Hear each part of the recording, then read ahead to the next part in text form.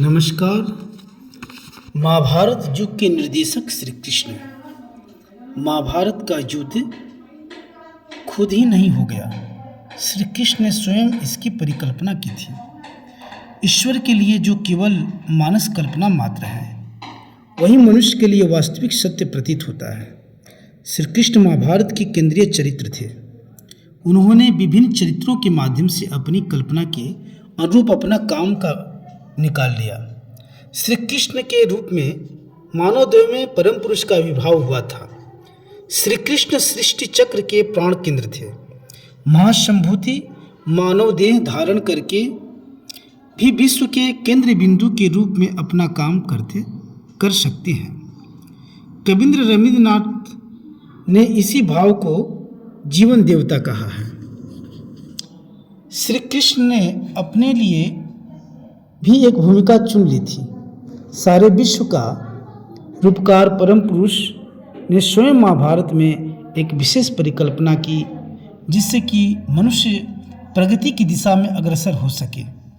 उन्होंने सामाजिक ग्लानि और दुर्बलता को दूर कर सामाजिक देह में शक्ति का संचार किया था।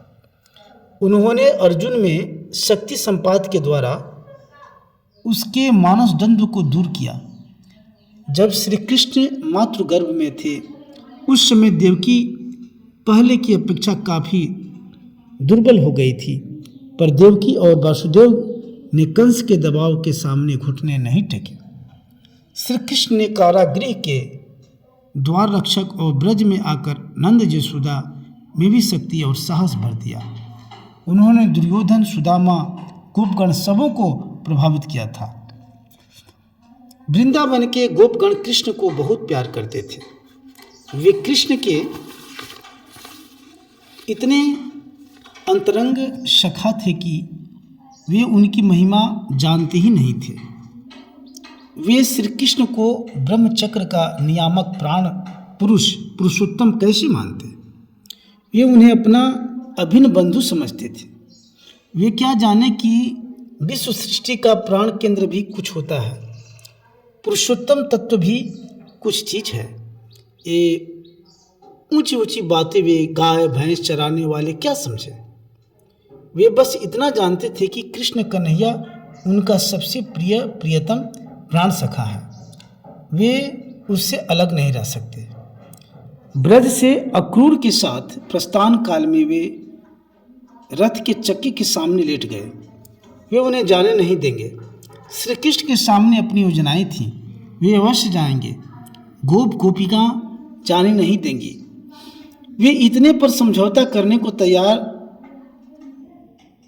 हुई कि कृष्ण कह दें कि वह फिर लौटकर वृंदावन आवेंगे। अब कृष्ण आज के राजनीतिज्ञों की तरह झूठ तो कह नहीं सकते थे। उनको कोई बोझ तो लेना नहीं था कि वे झूठा आश्वासन देते। वे जानते थे कि वे लौटकर ब्रज नहीं आवेंगे। उन्हें बड़े बड़े काम करने हैं, इसलिए उन्होंने भावुक भक्तों को भावमयी भाषा में कहा था, मेरा शरीर ब्रज से दूर रह सकता है, पर मेरा मन सदा ब्रज की धूल में लौटता रहेगा। बस इस भाव प्रवचन मधुरिमा के ने भक्त गोपियों को गदगद कर दिया। महाभारत के आदि और अंतिम पर्व में श्री कृष्ण की भूमिका नहीं है। वे महाभारत के केवल मध्य पर्वों में छाए हुए हैं।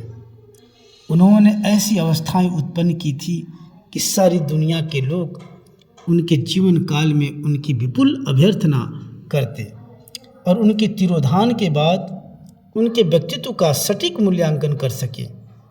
उनके शक्ति संचार और आघात करने के पीछे एक ही उद्देश्य था, भारत को महाभारत बनाना। कंस मगध के महाराजा जरासंध के दामाद थे। जरासंध की 2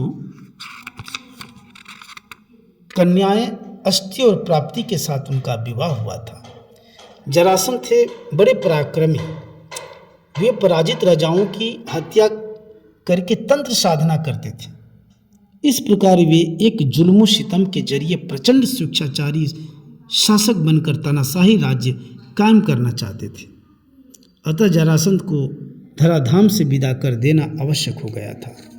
श्री कृष्ण के सामने दो काम थे, एक तो धर्म के आधार पर एक महाभारत निर्माण करना और दूसरे इसके लिए अवश्य शक्ति संचय और उसका सक्रिय उपयोग। उस युग में लोगों को ये दो बातें समझाना कोई आसान काम नहीं था। श्री कृष्ण ऐसे धर्मराज्य स्थापित करना चाहते थे जिसमें जन समाज अपना वैयक्तिक और सामाजिक कर्तव्य यथायथ रूप से पालन कर सके। इस युग में श्री कृष्ण के लिए भी यह संभव नहीं था कि वे सद्विप्र समाज की रचना कर पाते।